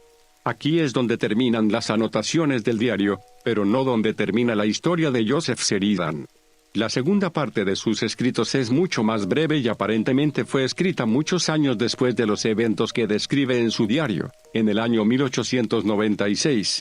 En él, revela exactamente lo que sucedió en ese bosque en las montañas de la Sierra Madre del norte de México, en términos mucho más coherentes que sus escritos anteriores. Evidentemente sobrevivió a la terrible experiencia y volvió a la vida normal unos años más tarde, después de haber pasado muchos meses en un sanatorio recuperándose de lo sucedido. Dejó los Estados Unidos hacia Sudamérica en 1898, instalándose en Argentina y viviendo el resto de su vida. Se desconoce cuándo y dónde finalmente murió, aunque dejó atrás a su exesposa y a su hijo pequeño. Nuevamente, estoy bastante seguro de qué pensar sobre lo que leí en ese diario. Todo parece tan surrealista, demasiado extraño para ser verdad, pero no puedo imaginar por qué Joe Sheridan fabricaría algo tan repugnante y horrible. Pero lo cierto es que, poco después, pasó un tiempo en un sanatorio para recuperarse de un estado físico y mental extremadamente deficiente, lo que apunta a dos posibles conclusiones. 1. Que sus escritos realmente son producto de una mente enferma, lo que llevó a su internamiento en la institución. Pero la segunda y más preocupante posibilidad es que tal vez haya al menos algo de verdad en lo que escribió, y que su condición fuera el resultado de ello. Me cuesta imaginar un mundo en el que algo así sea posible, pero él parece tan seguro, especialmente en sus recuerdos, de que todo era bastante real. Pero simplemente no lo sé y no puedo decirlo con certeza. Supongo que corresponde a cada lector sacar sus propias conclusiones. Lo que sigue a continuación es una transcripción de sus escritos después del incidente, en la que detalla lo que sucedió después de la entrada final en su diario. Quizás ustedes puedan leerlo y sacar mejores conclusiones que las mías. Mayo de 1896. Han pasado 5 años desde mi salida de la institución, y el voto personal de silencio que me impuse ha seguido su curso. He pasado los años transcurridos desde aquellos fatídicos meses de 1889 recuperando mi coraje y decidido algún día describir lo que sucedió y sobre el destino de mis antiguos camaradas. De hecho, es el recuerdo de estos hombres lo que ha estimulado mi deseo de sincerarme. Aunque fuimos compañeros por poco tiempo y no siempre tuvimos una relación cordial, siento un cierto parentesco con estos hombres, no muy diferente al que forjé con mis antiguos camaradas durante más tiempo en la caballería de los Estados Unidos. De hecho, me atrevo a decir que existe algún vínculo más profundo con R.J. Hannigan, Henry King, Wilfred Sharpe y ese estoico indio William que cualquiera que haya sentido antes o incluso después. Todos fuimos víctimas de un horror más allá de lo imaginable, uno que ha puesto en duda mi propia fe en la cordura del mundo. Pero al menos siento que tengo una cierta deuda con ellos, una deuda que tengo la intención de pagar en su memoria. Fui encontrado en el pueblo de Agua Prieta, en la frontera con México, a principios de noviembre de 1889. Mi estado, tanto físico como mental, era de profundo deterioro, cubierto de extrañas heridas y cicatrices, balbuceando tonterías y completamente desnudo. Solo con mi piel desnuda, entré en el pueblo a altas horas de la madrugada, después de haber caminado una distancia considerable a través de la sed, el hambre y las inclemencias del tiempo durante varios días y noches. Los lugareños, naturalmente, se sintieron perturbados por mi apariencia, aunque su inquietud hacia mí se convirtió en genuina preocupación y fui llevado al cuidado del convento local, donde las hermanas me ayudaron a recuperar algo de salud. Estoy eternamente agradecido con esas maravillosas mujeres, particularmente a la hermana Mary Agnes, cuyos cuidados fueron de los primeros en sacarme de mi estado trastornado. Se envió un mensaje al otro lado de la frontera, donde evidentemente se llegó a la noticia de que yo, Joseph Sheridan, fui encontrado vivo, aunque no bien, y a los pocos días fui rescatado del cuidado de las monjas por mi hermana Meredith, en compañía de 2 hombres de la agencia. Incluso antes de mi convalecencia en la institución de Colorado, esos 2 brutos de la agencia intentaron interrogarme, a pesar de que mi lamentable estado debería haber impedido cualquier torpe intento de interrogatorio. Meredith, que Dios la bendiga, salió en mi defensa y se encargó de que recibiera mejor atención y de que estuviera a salvo por un tiempo de sus insinuaciones. Estuve en la institución durante 13 meses, y durante todo ese tiempo me visitaron con frecuencia Meredith e incluso mi esposa Eleanor, a quien no había visto desde hacía bastante tiempo. Sin embargo, no trajo a nuestro hijo, lo que supongo que es una pequeña misericordia dado mi estado. Los médicos y enfermeras de esa institución me trataron bastante bien y con su trato y amables consideraciones me alegra decir que logré avances. Pero he sufrido algunas heridas que creo que nunca sanarán del todo. En una entrevista con mi médico de atención primaria, describí mi estado como uno en el que mi mente y mi alma estaban destrozadas en muchos pedazos, y aunque mis terapias lograron reconstruirme nuevamente de forma meticulosa, nunca volveré a ser completamente yo, pero, si Dios quiere, encontraré la fuerza para seguir adelante y hacer las paces con mi nuevo yo.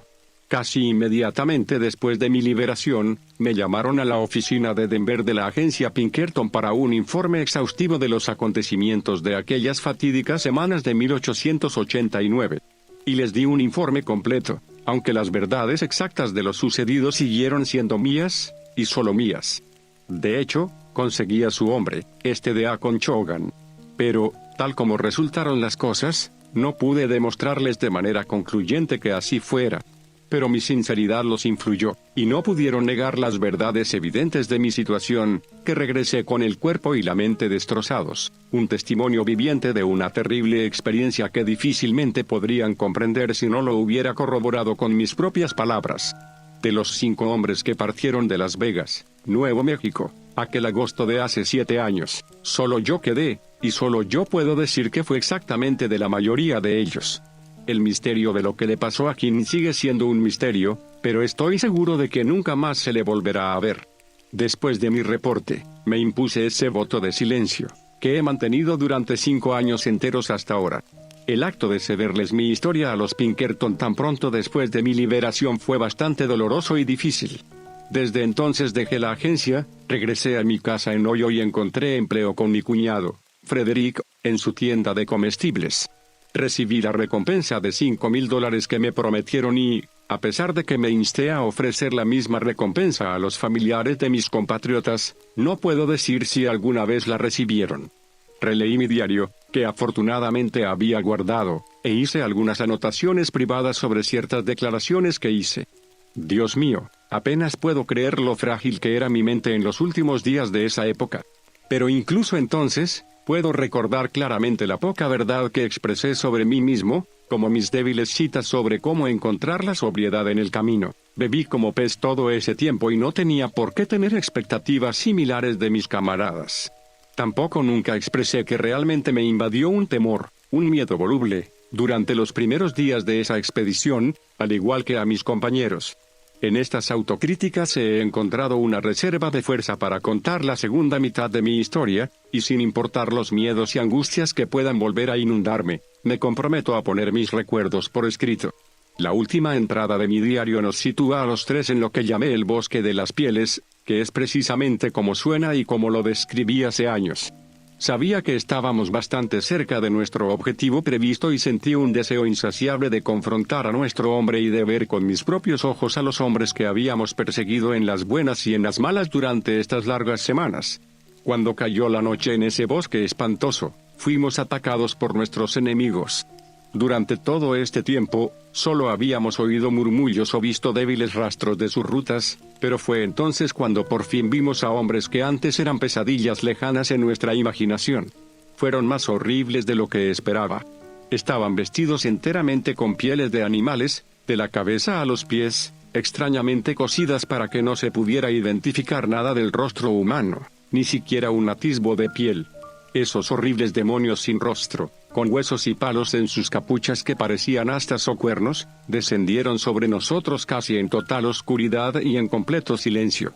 No dijeron una palabra, ni advertencias ni amenazas, ya que aparecieron desde todas direcciones, encorvados como animales al acecho, portando armas primitivas, pero en esos números, no podíamos esperar contrarrestarlos con nuestras armas antes de que nos alcanzaran.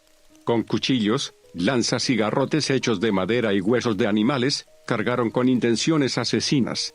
Habíamos sacado nuestras pistolas y rifles, y con ese miedo horrible y esa sensación helada en nuestras venas, no dudamos en apretar los gatillos. Sin embargo, no hizo nada. Sé con certeza que nuestras balas dieron en el blanco, pero nuestros agresores no cayeron, ni siquiera reaccionaron al recibir los disparos. Con su velocidad, solo tuvimos unos segundos de fuego antes de que nos atacaran, y con gran violencia, nos golpearon sin piedad, llovieron golpes sobre nuestras desventuradas cabezas con garrotes y con los palos de sus lanzas. Durante muchos minutos agonizantes que parecieron horas, Fuimos vapuleados sin que ninguno de nuestros enemigos emitiera el menor sonido, fuimos acribillados constantemente sin tener en cuenta dónde aterrizaban sus golpes. En esos momentos, sentí el aguijón del fracaso, sintiendo que llegamos a la muerte y que nuestro enemigo saldría victorioso. En algún momento entre todo ese estupor, me perdí, pensando vagamente que acababa de morir y que estaba en esos extraños momentos justo antes de encontrarme con mi Creador. Pero ese no fue el final. A pesar de esa brutal paliza, mis camaradas y yo solo quedamos inconscientes, gravemente heridos, pero todavía vivos. Cuando desperté, estaba colgado de las manos y los pies en una posición extraña, con un dolor considerable debido a los golpes y a la tensión en mis muñecas y tobillos. Me suspendieron boca abajo a poca distancia del suelo mediante 3 cuerdas entre un grupo de árboles. Me estiraron los brazos por completo hacia cada lado y me ataron los tobillos y los sujetaron dolorosamente a un árbol detrás de mí. Estaba colocado casi como un hombre en una cruz, aunque sostenido solo por cuerdas, suspendido como una marioneta a unos 4 pies del suelo. Todavía era de noche, aunque esta parte del bosque estaba bastante bien iluminada, con muchas antorchas clavadas en el suelo. Cuando reuní energía, pude mirar hacia arriba hasta cierto punto. Vi, a través de una neblina de sangre en mis ojos, que había otros alrededor, vestidos de manera similar a nuestros agresores, mirándome en completo silencio. No dije nada, pero mientras miraba a mi alrededor no pude encontrar a mis camaradas por ninguna parte. Me mantuvieron en este estado, entrando y saliendo de la conciencia, durante un tiempo cuya duración no puedo determinar. Era el crepúsculo cuando finalmente fui liberado de mi dolorosa situación, y aunque no me estaba conteniendo, no tenía energía para resistir con más que débiles forcejeos. Simplemente me arrastraron de los brazos por el bosque y luego me arrojaron bruscamente al suelo, donde permanecí un rato antes de que me agarraran de nuevo. Me pusieron de rodillas, y fue solo entonces que me di cuenta de que mis captores me habían quitado completamente la ropa. A excepción de algunos harapos alrededor de mis partes inferiores, me encontré frente a un fuego crepitante, frente a un hombre completamente ensombrecido por las brillantes llamas. Estaba completamente calvo y sin rastro de barba, pero tenía numerosos patrones pintados en el cuero cabelludo y la cara. Me miró con ojos fríos y vacíos que no mostraban nada más que desprecio por el hombre lamentable que tenía delante. Solo pude mirarlo fijamente a la cara, sin decir nada. Con un sobresalto, hizo una señal a los hombres que me sujetaban para que me llevaran a otro lugar. Fue allí donde vi lo que había sido de mis camaradas. William, el rastreador de indios, estaba entre ellos.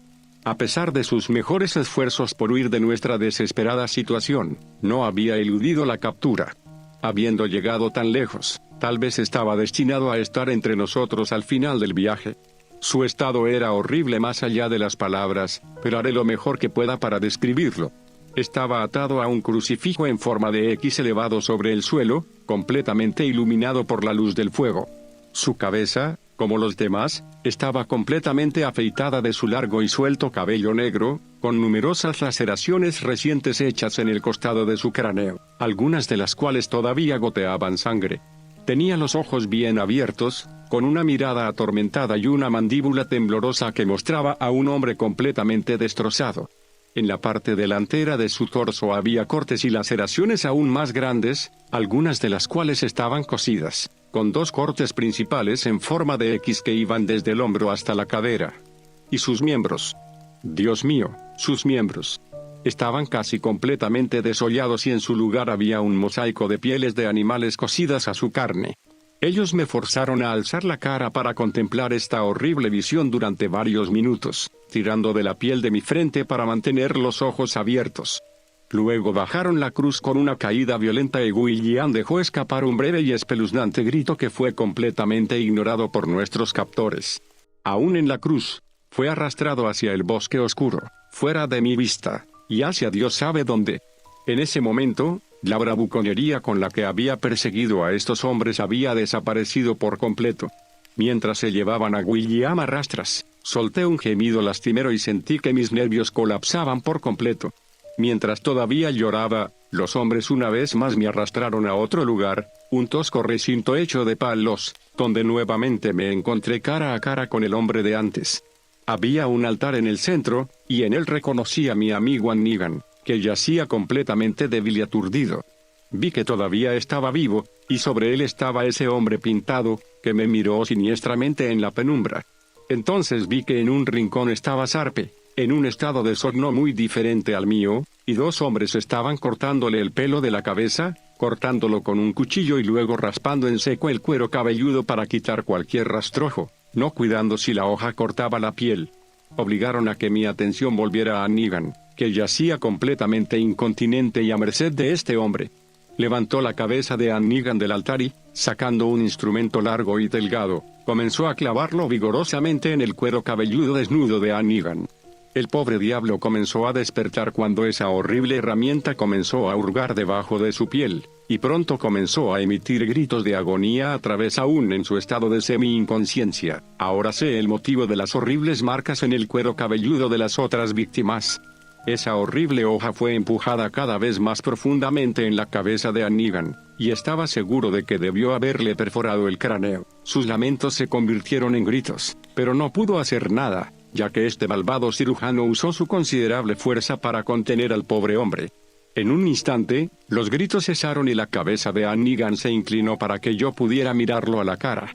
Esa mirada de horror abyecto permaneció, pero sus ojos ahora estaban negros, moviéndose de un lado a otro sin comprender, y pude ver que el horrible cuchillo del cirujano había atravesado completamente su cabeza, justo detrás de las sienes. Luego sacaron violentamente la hoja y luego el cirujano centró su atención en clavar la hoja en el pecho de su víctima, abriendo una hendidura profunda que se parecía a las que había visto en William. Este espectáculo me dejó completamente sin palabras, pero no podía apartar la mirada. Esta figura oscura abrió el torso de Negan, comenzó a hurgar sin razón, como por curiosidad, ocasionalmente hundiendo su herramienta en algunas vísceras invisibles. Negan todavía estaba vivo, pero solo podía hacer débiles luchas contra esta horrible tortura, y ningún sonido llegaba realmente a salir de su boca.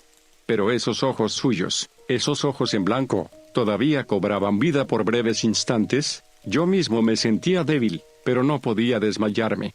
Algún tiempo después, Negan fue arrastrado fuera de ese altar y Sarpe, cuyos preparativos aparentemente estaban completos, fue puesto en su lugar.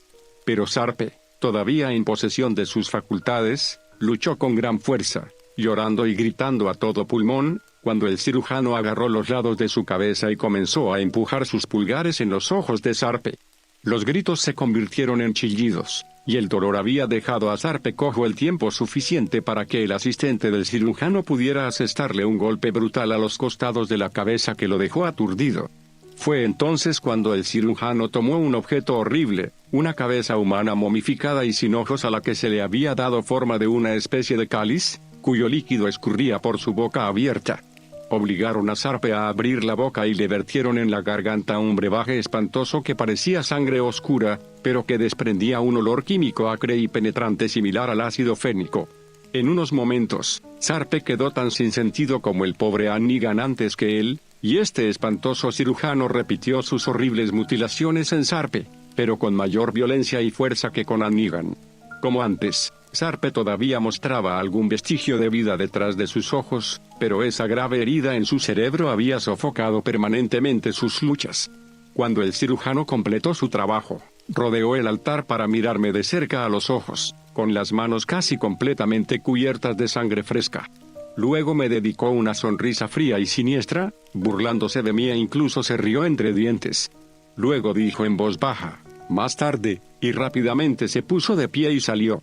Fue entonces cuando me cubrieron la cabeza con un trapo apretado y asfixiante, dejándome sin aliento, y como estaba seguro de que me asfixiaría, me golpearon en la cabeza y me dejaron en la oscuridad.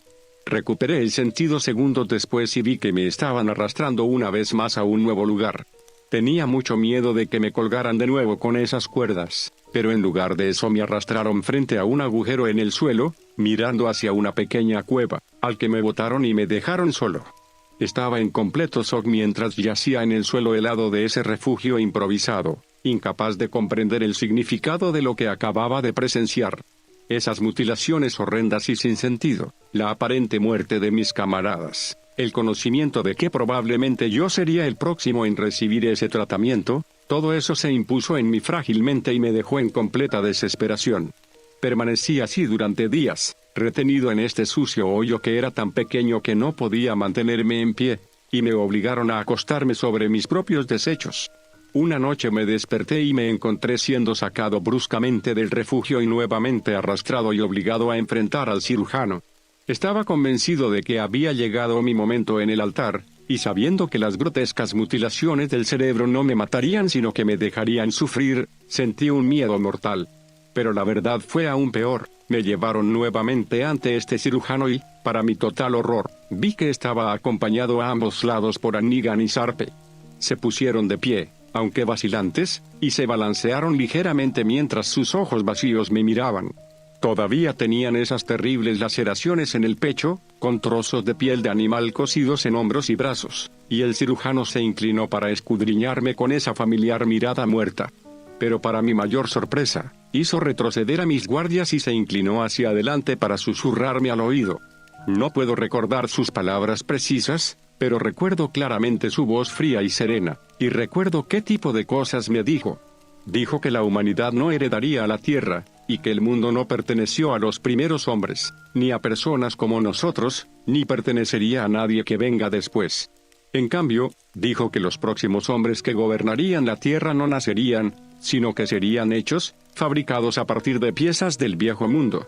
Afirmó que él y sus hombres eran los padres de un nuevo orden, que yo, mis camaradas y muchos otros que sufrieron ese horrible destino seríamos los niños, y aquellos que engendráramos después de nosotros heredarían la tierra. No podía entender completamente lo que quería decir y, por lo que sabía, eran simplemente las divagaciones de un loco. Pero lo que dijo a continuación llegó con perfecta claridad. Con voz suave y burlona dijo: «Me has encontrado», y entonces me di cuenta de quién era este diabólico cirujano. Era el hombre que buscaba, SDA con Chogan y todos sus demás alias. Estudié su rostro bajo la mejor luz, tratando de distinguir sus rasgos. A primera vista, ciertamente parecía ser un hombre blanco, pero al examinarlo más detenidamente parecía desafiar cualquier clasificación firme de raza. Su piel era de un marrón muy pálido a la luz de la antorcha, pero su rostro pintado hacía difícil definir rasgos exactos. No era en absoluto lo que imaginaba, ni el hechicero marchito ni el monstruo espantoso que había imaginado. Con otra enérgica señal, sus guardias me pusieron de pie y me arrastraron en dirección al altar. Habiendo visto lo que pasó con Sarpe y Annigan, comencé a entrar en pánico, a pesar de mi estado de derrota. Pero me sorprendió mucho sentir que un objeto largo y afilado se deslizaba entre mis manos. Miré hacia atrás confundido y vi que Sarpe nos seguía de cerca. Y podría jurar que vi un leve destello de vida humana en sus ojos, y un pequeño gesto de asentimiento en su inexpresivo rostro. Mi pánico se convirtió en confusión y luego en determinación. ¿Se me había concedido una pequeña posibilidad de escapar? Sarpe, en su estado debilitado, había tenido un breve resurgimiento de humanidad y reconocimiento. Ese sentimiento de determinación apasionada que sentí en los días previos a nuestra llegada volvió a mí. Tuve una oportunidad nuevamente. Me colocaron boca arriba sobre el altar, presumiblemente destinado a correr el mismo destino que Sarpe, William y Annigan. Chogan se inclinó de nuevo, mirándome a la cara como lo había hecho todas esas veces, y sonrió malvadamente mientras agitaba ese horrible instrumento quirúrgico frente a mis ojos. Sus hombres sujetaron mis brazos y una vez más llegó ese cáliz con el elixir repugnante en su interior. Mi mandíbula fue forzada a abrirse y la sustancia se vertió en mi boca. Tenía un sabor increíblemente desagradable, como si me hubieran vertido una sustancia química cáustica en la garganta, mezclada con sangre. Vi lo que esta cosa asquerosa le había hecho a Sarpe antes, así que pensé que podía fingir que la tragaba, pero era tan asquerosa que la escupí en la cara de Chogan. Esto lo enfureció por completo y, a pesar de su apariencia, su ira casi me hizo volver a entrar en pánico. Luego me dio esa clara y malvada sonrisa, aparentemente con la intención de continuar con el procedimiento, incluso sin este elixir para paralizarme. Mientras miraba a mi alrededor, vi a Sarpe y Annigan parados a mi lado, como para protegerme, pero ambos estaban mirando a Chogan. Algo de esa chispa de vida había regresado a sus ojos. Cuando Chogan levantó su instrumento para golpearme la cabeza, actuaron. Con un grito animal y furioso, Sarpe y Annigan atacaron a los otros dos hombres que custodiaban el altar. Sacaron cuchillos ocultos y con tremenda furia los clavaron en la cara de sus objetivos, provocando gritos y dejándolos caer donde estaban. Chogan estuvo brevemente congelado por el asombro y aproveché el momento. Había escondido ese largo cuchillo debajo de mi espalda, y en un movimiento lo saqué y miré a Chogan. Por un momento, el tiempo se ralentizó y vi su atención cambiar hacia mí, con confusión y furia nublando sus ojos, y después de una breve vacilación, deslicé ese cuchillo con todas mis fuerzas. El corte lo alcanzó en la garganta, desgarrando completamente la parte delantera de su cuello, y un cálido chorro de sangre me cubrió a la cara. Tropezó hacia atrás, sin entender al principio, y sus ojos se volvieron incrédulos ante su estado. Se tambaleó hacia atrás y, con los ojos todavía fijos en mí, se desplomó boca arriba y se quedó quieto. Cuando vi esto, volví a mis sentidos y me di cuenta de que había estado lanzando un fuerte y cruel grito de guerra mientras lo derribaba. Me giré y vi que Sarpe y Negan ya habían entrado al campamento, armas en mano, atacando con increíble velocidad y furia a otros hombres que venían a desafiarlos. A cambio, sufrieron numerosos golpes, siendo cortados y ensartados, pero no frenaron y atacaron a sus enemigos con furia ilimitada. Giré sobre mis talones y huí hacia el bosque, en dirección a cualquier dirección que pensé que era el norte, pero mientras corría, me volví y vi a mis camaradas, todavía luchando, rodeados de enemigos muertos, y comenzaron a sucumbir a sus heridas, con sus cuerpos horriblemente desgarrados, pero sin vacilación. Con una energía que nunca supe que poseía, seguí corriendo con todas mis fuerzas en la dirección de donde veníamos. Debí haber estado corriendo durante horas cuando finalmente me quedé sin energía, estaba bastante lejos del bosque y no podía ver perseguidores. Ya era tarde, pero incluso en mi estado de agotamiento, me mantuve de pie, manteniendo un trote rápido hacia el norte. Finalmente me invadió la tardía sensación de alivio por haber salido de allí, e incluso en mi deprimente estado, me regocijé. Seguramente Sarpe y Negan estaban muertos, abrumados y heridos de muerte como estaban la última vez que los vi, pero su furia y coraje me habían dado la oportunidad de escapar. Es aquí donde mis recuerdos se desvanecen. Solo recuerdo caminar sin cesar, con una vaga sensación del tiempo que parecía el paso de días.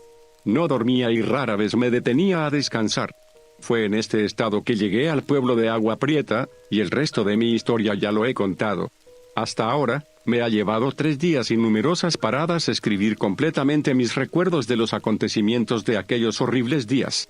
Ahora que lo he sacado, ya puedo sentir un cierto alivio, aunque estoy bastante agotado emocionalmente. Es posible que mi recuperación de este capítulo de mi vida nunca sea del todo completa. No espero que el dolor que todavía reaparece cese jamás. Todavía llevo las marcas de la terrible experiencia tanto en el cuerpo como en la mente, con cicatrices y marcas de los golpes en las piernas y la espalda, y un extraño símbolo grabado en la carne entre mis omóplatos. Nunca lo he visto, pero puedo sentir el tejido cicatricial elevado y tener una idea del patrón que forma. Mis médicos en la institución se han mostrado bastante escépticos acerca de mi historia, o de lo poco que les conté, e incluso la cicatriz en mi espalda nunca los convenció, creyendo que eso fue lo que yo mismo hice en mi estado de fuga.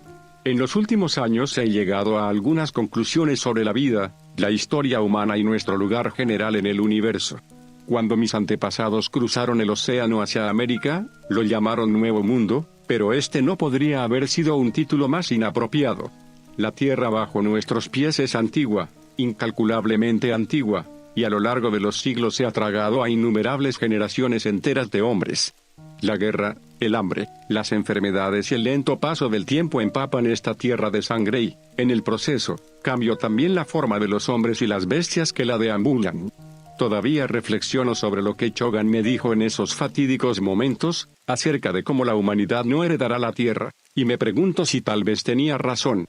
Los trenes, los telégrafos y los barcos de vapor han hecho la tierra algo más pequeña, han acercado rincones distantes, pero incluso los lugares más remotos y oscuros de este planeta, incluso un lugar como el Bosque de las Pieles, no son realmente diferentes de cualquier otro lugar de la Tierra. Cada centímetro de ella se ha deleitado con la carne de todas las pobres bestias de la creación. No hay lugar al que escapar. Con el tiempo creo que viajaré a otro sitio, tal vez a Sudamérica, y encontraré un rincón propio que fertilizar algún día. Caminamos toda nuestra vida a través de caminos llenos de sangre, y en la mía, si miramos con atención, creo que incluso puedo ver su final, y el fin de Josefa. Sheridan.